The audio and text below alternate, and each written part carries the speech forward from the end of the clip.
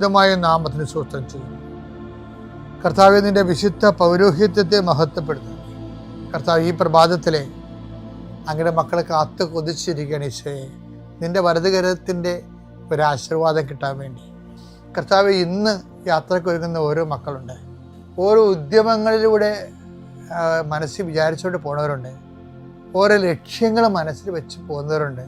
കർത്താവേ, നിന്റെ തിരുമുറിവാർന്ന് ആണിപ്പെടുതാന്ന് വലതുകരം മക്കളുടെ ശിരസ് വെക്കണമേ. അവർ പോകുന്നിടത്തേക്കല്ല, നീ പോകുന്നിടത്തേക്കെല്ലാം ഞാൻ നിൻ്റെ കൂടെ വരുമെന്ന് കർത്താവ് അങ്ങ് പറഞ്ഞിട്ടുണ്ടല്ലോ ഈശോയെ. അങ്ങയുടെ സഞ്ചാര സാന്നിധ്യം അങ്ങയുടെ മക്കളുടെ കൂടെ ഉണ്ടായിരിക്കണമെന്ന് പ്രാർത്ഥിക്കുന്നു.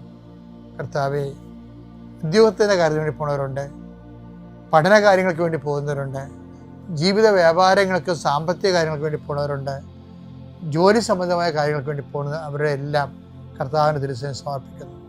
ടെസ്റ്റ്, ഇൻ്റർവ്യൂ, പരീക്ഷ, പിന്നെ ഏജൻസി, ക്രയവിക്രയങ്ങൾ, ജീവിതമാർഗങ്ങൾ, വിദൂര യാത്രകൾ, അങ്ങനെ ബന്ധുത്വം മുടക്കി പോകുന്ന വിവാഹ യാത്രകൾ, ഈശോയെ എവിടെയെല്ലാമൊക്കെ പോകുന്നു അവിടെയെല്ലാം അങ്ങയുടെ മക്കളുടെ കൂടെ നീ ഉണ്ടാകണമെന്ന് പ്രാർത്ഥിക്കുന്നു. ഇന്നത്തെ മുഴുവൻ യാത്രകളിൽ കർത്താവ് നിൻ്റെ കൂടെ ഉണ്ടാവുകയും മാതാവ് നിൻ്റെ വലതുകരം ഗ്രഹിക്കുകയും സഞ്ചാരി മാതാവ് രാത്രി നീ തിരികെ വരുമ്പോൾ നിന്നെ ആരോഗ്യത്തോടെയും സമാധാനത്തോടെയും സുരക്ഷിതമായി ദൈവം നിന്നെ തിരികെ എത്തിക്കുകയും ചെയ്യട്ടെ.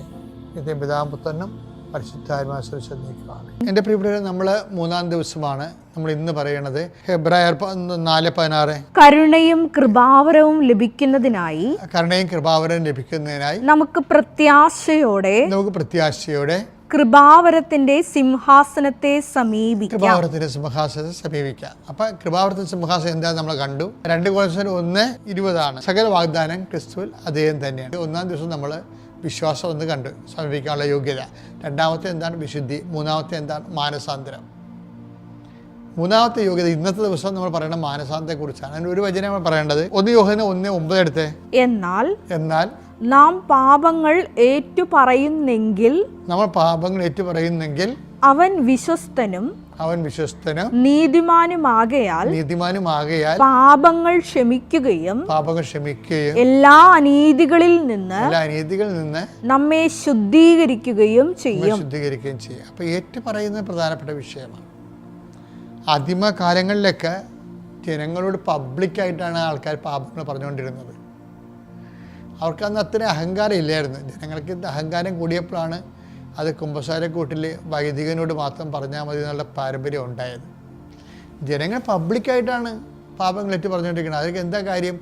അവർക്ക് ആ ഏറ്റുപറച്ചിലൂടെ വിശുദ്ധി ലഭിക്കുമെന്നും കർത്താവുമായിട്ട് ഐക്യപ്പെടുമെന്നും സ്വർഗരാജ്യത്ത് അവകാശിയാകണമെന്നും ദൈവത്തെ കൂടെ സഞ്ചരിക്കാൻ കഴിയുമ്പോൾ അവരെന്ത് കോംപ്രമൈസിനും തയ്യാറാകും. അനുതാപത്തോടെ അവർ പബ്ലിക്കായിട്ട് താൻ ചെയ്ത തെറ്റുകൾ പറയും. പക്ഷേ കാലാന്തരത്തിലാണത് കർത്താവ് യോഹന്നാന് കൊടുത്തിരിക്കുന്ന അപ്പോസ്തലന്മാർക്ക് കൊടുത്തിരിക്കുന്ന വാഗ്ദാനമില്ലേ, നിങ്ങൾ ആരുടെ പാപങ്ങൾ മോചിക്കുന്നുവോ അവ മോചിക്കപ്പെടും എന്നുള്ള ഈ യോഹന്നാൻ 20:23 അനുസരിച്ചുള്ള വാഗ്ദാനം അനുസരിച്ചുകൊണ്ടാണ് നമ്മളിപ്പോഴേ ആ പാരമ്പര്യം ഫോളോ ചെയ്തുകൊണ്ടാണ് നമ്മൾ ക്രിസ്തുവിൻ്റെ പ്രതിനിധിയായ വൈദികനോട് ക്രിസ്തുവിൻ്റെ നാമത്തിൽ പാപങ്ങൾ ഏറ്റുപറയുന്നത്. പക്ഷേ ഏറ്റുപറയുമ്പോൾ എന്താ സംഭവിക്കണത്? എന്നാൽ നാം പാപങ്ങൾ ഏറ്റുപറയുന്നെങ്കിൽ അവൻ വിശ്വസ്തനും നീതിമാനുമാകയാൽ പാപങ്ങൾ ക്ഷമിക്കുകയും എല്ലാ അനീതികളിൽ നിന്ന് നമ്മെ ശുദ്ധീകരിക്കുകയും ചെയ്യും. അപ്പൊ ഏറ്റുപറയുമ്പോൾ അനീതികളിൽ നിന്ന് നമ്മൾ ശുദ്ധീകരിക്കപ്പെടുകയാണ്.